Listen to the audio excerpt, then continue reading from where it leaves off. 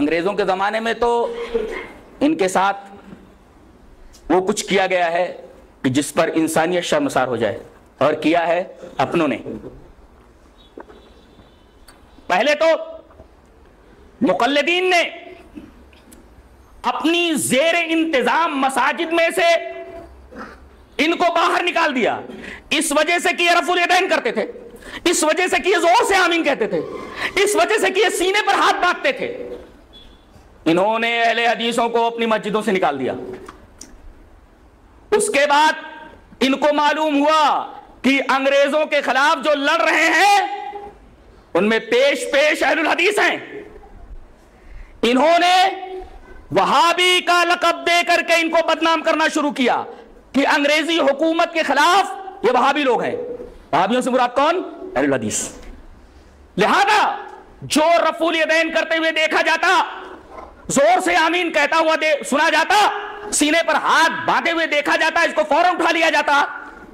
ہزاروں لاکھوں اہل حدیثوں کے مکانات کے اوپر بلڈوزر چلا دیے گئے، ان کی جائیدادیں ضبط کر لی گئی، تختہ دار پر ان کو لٹکا دیا گیا، ان کی مشکیں کس کر کے گرم گرم لوہوں سے ان کو داغ دیا گیا۔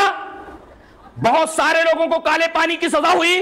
مولانا احمد اللہ صادق پوری رحمت اللہ علیہ مدفون ہے انڈمان، جزیرہ انڈمان کے اندر مدفون ہے، اہل حدیث عالم ہے مولانا احمد اللہ صادق پوری۔ یہ ولایت علی صادق پوری کون ہے؟ اہل الحدیث ہیں۔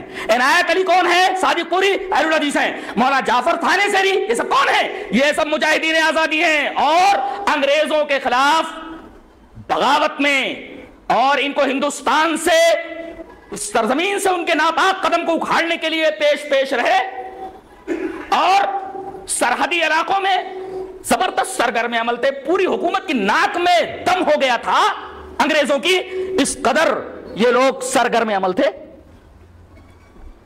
لہذا ان کو وہابی کہہ کر کے بدنام کیا گیا۔ جہاں ان کو رفع الیدین کرتے ہوئے دیکھا جاتا، پکڑ لیا جاتا، جائیدادیں قرق کرا لی جاتی۔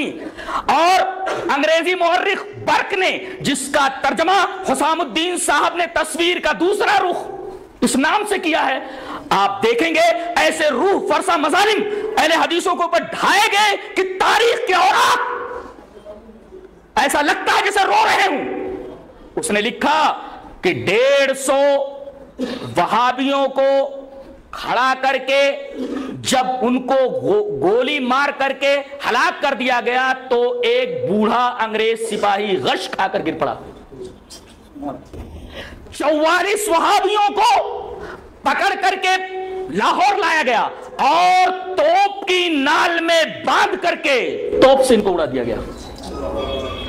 میں پوچھتا ہوں کہ اگر فتنہ پروری سے کچھ وقت بچتا ہو تو ہندوستان کی تاریخ آزادی کے اوپر نظر ڈال لو کہ اہل حدیثوں نے کتنا خون بہایا ہے اس دیش کے لیے اور انگریزوں کو یہاں سے بھگانے کے لیے۔ یہ سب کچھ ان کے ساتھ کیا جا رہا تھا۔ محمد حسین بٹالوی رحمت اللہ علیہ ایک اہل حدیث عالم، انہوں نے دیکھا کہ اس طریقے سے اگر پکڑ دھکل جاری رہی تو کوئی بھی اہل حدیث ہندوستان میں زندہ نہیں بچے گا۔